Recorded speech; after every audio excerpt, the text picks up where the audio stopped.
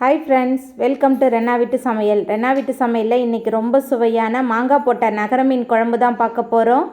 ரொம்ப சுவையாக இருக்கும் இந்த மாங்காய் போட்ட நகர மீன் குழம்பு. எளிமையான முறையிலேயே ரொம்ப சுவையாக செஞ்சிடலாம். இன்றைக்கி சமைச்சு நாளைக்கு சாப்பிட்றதுக்கு இந்த மீன் குழம்பு ரொம்ப சூப்பராக இருக்கும். எப்படி செய்கிறதுன்னு வாங்க பார்த்துடலாம்.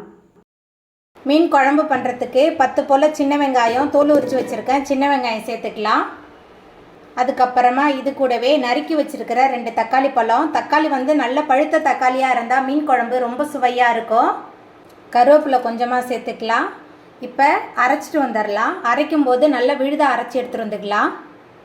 மீன் குழம்பு பண்ணுறதுக்கு முதல்ல 3 டேபிள் ஸ்பூன் அளவுக்கு எண்ணெய் சேர்த்துக்கலாம். எண்ணெய் சூடாகி வரட்டும். எண்ணெய் சூடாகி வந்துட்டு இதில் வெந்தயம் சேர்த்துக்கலாம். அதுக்கப்புறமா கடுகு சேர்த்துக்கலாம். கடுகு வெந்தயம் ரெண்டுமே நல்லா பொரிய ஆரம்பிச்சிருச்சு. தோல் உரித்து வச்சுருக்கிற 10 சின்ன வெங்காயம் சேர்த்துக்கலாம்.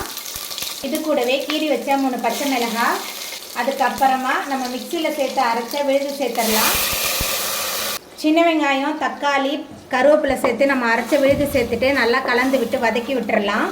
சின்ன வெங்காயம் முழுசாக சேர்க்கும்போது மீன் குழம்பு ரொம்ப சுவையாக இருக்கும். நல்லா கலந்து விட்டு வதக்கலாம்.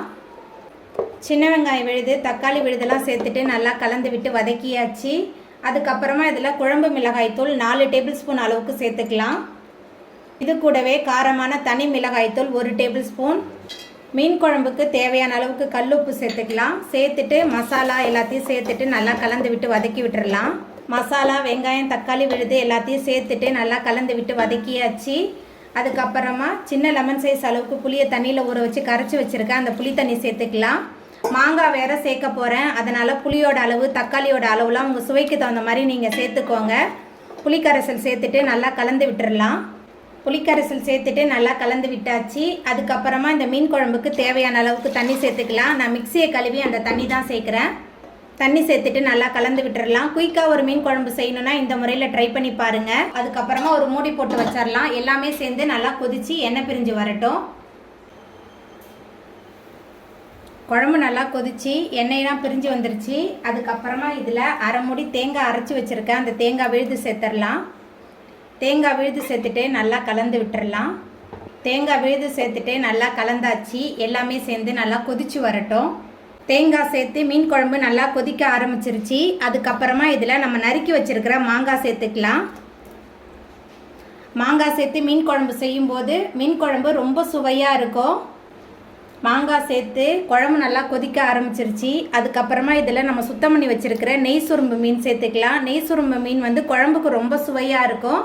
பெரிய மீனை விட சின்ன மீனில் நம்ம மீன் குழம்பு சமைக்கும்போது ரொம்ப ரொம்ப சூப்பராக இருக்கும் மீன் குழம்பு. மீன் சேர்த்துட்டு கலந்து விட்டுட்டு ஒரு மூடி போட்டு வச்சிடலாம். மீன் மாங்காய் எல்லாமே சேர்ந்து நல்லா கொதித்து வெந்து வரட்டும். குழம்பு மீன் மாங்காய்லாம் சேர்த்து சூப்பராக கொதிக்க ஆரம்பிச்சிருச்சு. ரொம்ப சுவையான மீன் குழம்பு, அதுவும் மாங்காய் போட்டு தொண்டைக்கு இதமாக சூப்பராக ரெடியாகி வந்துட்டு இப்போ நம்ம அடுப்பு ஆஃப் பண்ணிடலாம்.